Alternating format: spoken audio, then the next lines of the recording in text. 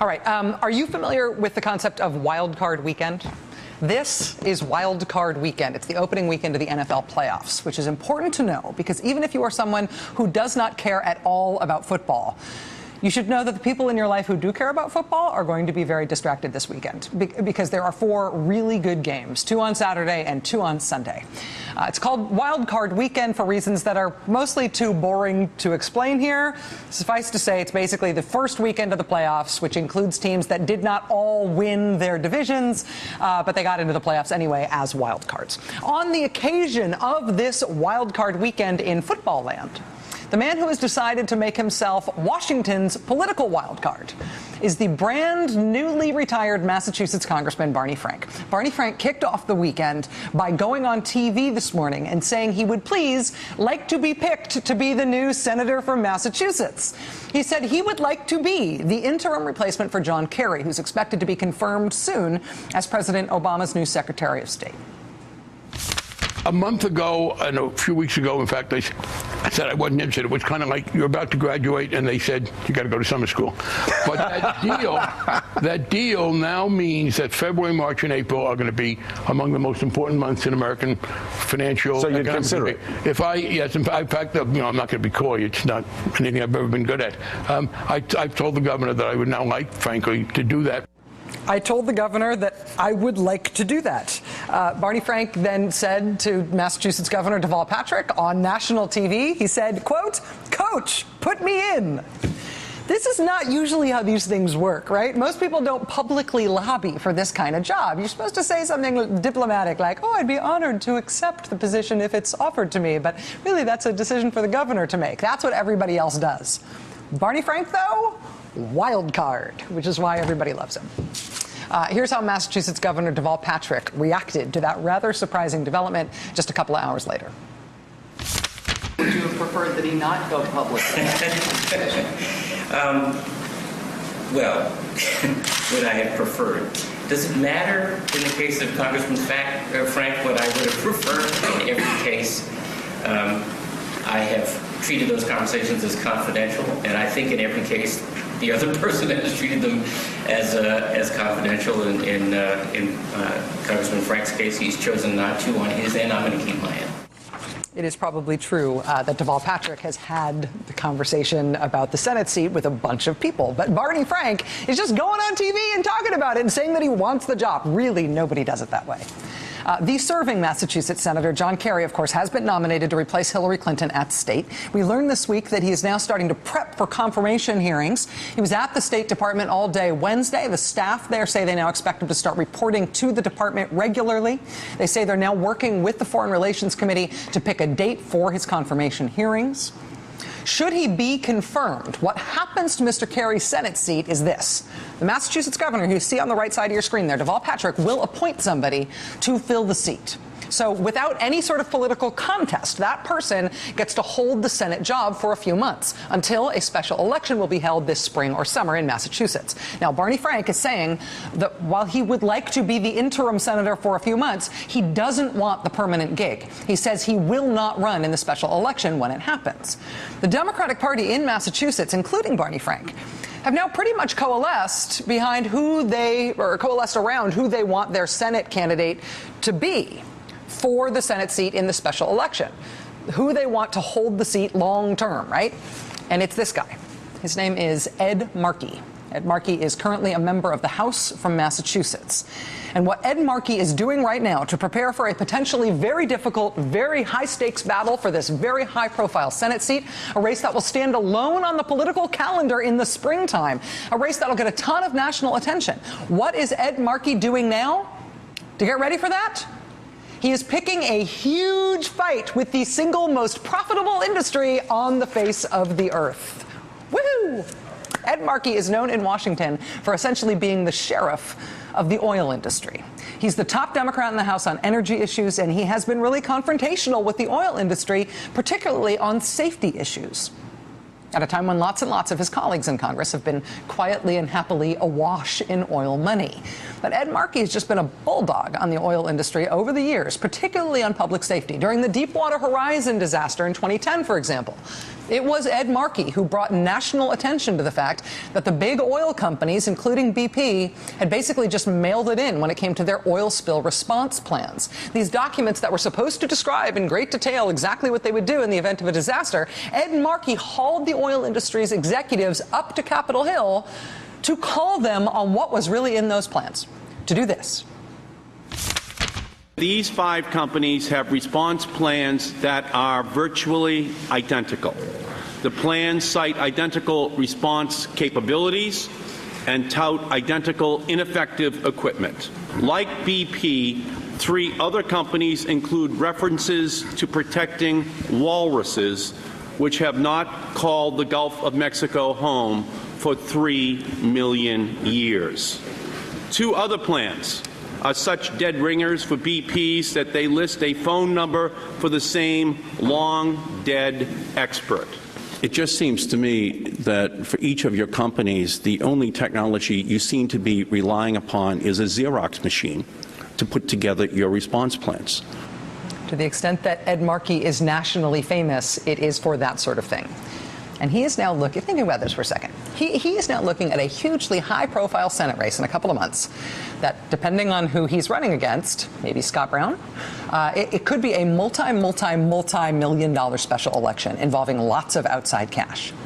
Elizabeth Warren was just officially sworn in as a U.S. Senator yesterday. In her run for Senate from Massachusetts, she made herself the nation's most high-profile opponent of what is probably the second most profitable industry in the nation, the banking industry. The only industry that is scarier than that in terms of the power and influence that they throw around in Washington is the most profitable industry on earth, the oil industry. And the most pugnacious confronter of that industry is now going for the other Massachusetts Senate seat. Wow. Ed Markey has not just been an aggressive watchdog on the oil industry at times when there are high-profile spills, like the Deepwater Horizon spill, but also when the industry has stuff going on that does not get as much national attention. Like, for example, the situation we have going on right now in remote, hard-to-get-to Alaska, where a Shell oil rig laden with 150,000 gallons of fuel and oil has run aground in one of the most pristine, most ecologically sensitive bodies of water in the country. Emergency response teams have been dropped onto that rig on each of the last 3 days. They report that the rig is upright and stable. They say that no fuel has leaked out to the ocean yet. But this is an ongoing crisis, and the response so far from Washington, led by Congressman Ed Markey, has been swift and rather loud. Congressman Markey is now demanding that Shell turn over whatever contingency plans they had for this rig operation. He provided a statement to us tonight in which he says that given this accident, given the safety failures in the past, he does not support issuing any new permits to drill in the Arctic. Yesterday, more than 40 of his colleagues in the House came out and publicly called for a federal investigation into this incident. And over the course of this ongoing situation up there, the news has just gotten worse and not better for Shell. Shell currently has 2 rigs in operation in the Arctic. The one on the left is the one that just ran aground off the coast. The one on the right is now, as of today, reportedly the subject of a criminal investigation. CBS News reporting tonight that the U.S. Coast Guard has opened up a criminal investigation into that Shell rig as a result of, among other things, serious issues with the ship's safety management and pollution control systems. Tonight, Shell personnel in Alaska who are responding to this latest accident appear to be doing everything they can to limit press coverage of what's going on up there. A reporter with the Anchorage Daily News, which is a great paper and has been doing intensive coverage on this, an ADN reporter attempted to get close to the command center today for this incident and reported that, quote, guards are stationed outside a meeting room that has been turned into a command post. They said no reporters were allowed inside, and they wouldn't even let a photographer snap a quick picture or allow a reporter to glance at the sign-in sheet. This industry that has been facing pressure from Washington over and over again in recent years, again, with yet another one of these incidents, is in full damage control. Again. Joining us now is Jerry Bailenson. He's a deputy editor at Popular Mechanics. With a no-fly zone and a boat exclusion zone put in place by the Coast Guard and Shell, it is pretty much impossible to get firsthand reporting from the scene up there. But Mr. Bailenson follows the oil and gas industries for Popular Mechanics, and he spent 4 days on board this specific Shell rig back in October. He's well-versed in the technological challenges that accompany oil exploration and drilling in the Arctic. What you're looking at here is some of his footage of the Kulloch's pipe deck as it passed through the Beaufort Sea. Beaufort Sea, is that Beaufort, yes. Beaufort Sea, north of Alaska. Mr. Valenson, you obviously know these things better than I do. It's nice to have you here. Thank you. The unified command team up there in Alaska, which includes the Coast Guard and Shell, they've put up a 5-mile no-fly zone, a 1-mile no-boat zone around this stranded rig.